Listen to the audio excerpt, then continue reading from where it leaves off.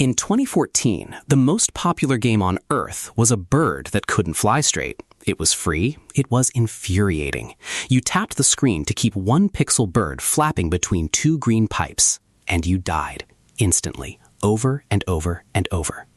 And then the guy who made it deleted it, on purpose, at the very top, walking away from a reported $50,000 a day. This is the story of Flappy Bird. It starts, like a lot of these stories, with one person and a few quiet days of work. His name is Dong Nguyen, a developer in Hanoi, Vietnam, running a tiny one-man studio called Dot Gears. By his own account, he built Flappy Bird in 2 or 3 days, a little side project, a bird, some pipes, a single tap. He put it on the App Store in May 2013, and basically nothing happened. And here's the first thing people forget. Flappy Bird was not an overnight hit. It sat there for months, ignored, a rounding error in an ocean of apps.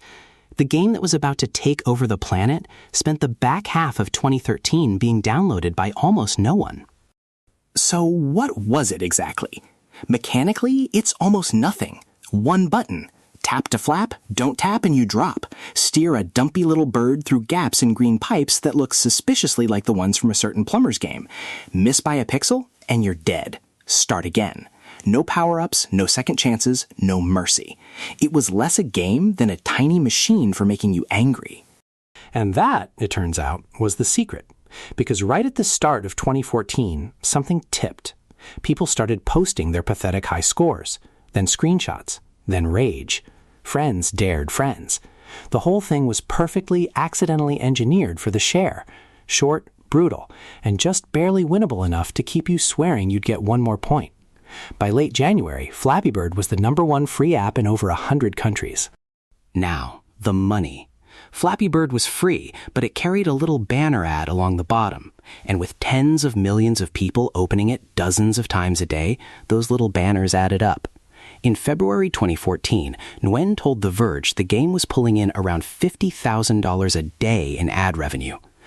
I'll be honest with you. That number comes from him, and it got repeated everywhere, and nobody has ever audited it.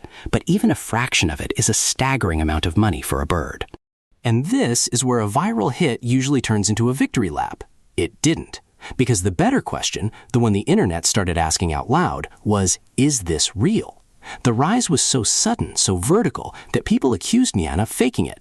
Bots, bot downloads, rigged rankings. He denied all of it, and to this day, nobody has ever actually proven otherwise. File that one under unsolved. There was also the small matter of those pipes.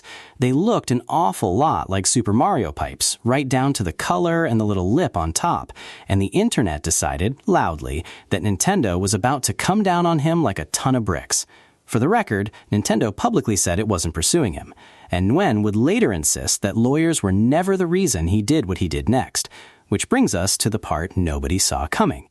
Because Dong Nguyen was not having the time of his life. He was drowning. Overnight, he'd gone from anonymous coder to the most talked-about developer on the planet, with reporters at his door and millions of strangers in his mentions. He said he couldn't sleep, couldn't go out, and worse, he felt guilty. Flappy Bird, he said, was meant to be something you played for a few relaxed minutes. Instead, it had become something people couldn't put down. He'd built an addiction machine, and he knew it. So, on the 8th of February, 2014, at the absolute peak, he typed this: "I am sorry, Flappy Bird users. 22 hours from now, I will take Flappy Bird down. I cannot take this anymore." People thought he was bluffing, begging him to stop, offering to buy it. He wasn't bluffing. 22 hours later, the most downloaded game in the world was gone. Not sold, not paused, deleted. It's gone forever, he said.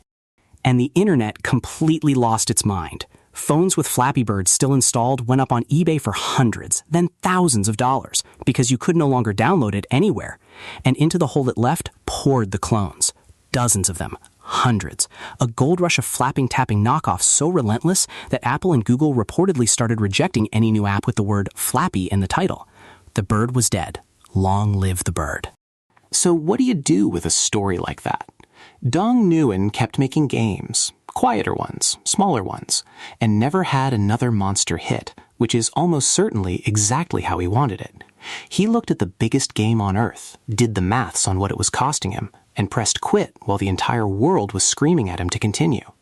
Whether that makes him a fool or the sanest man in tech, that one, I think, is genuinely up to you. If you want more stories behind the games you grew up on, you know what to press. Hit subscribe, and we'll see you in the next one.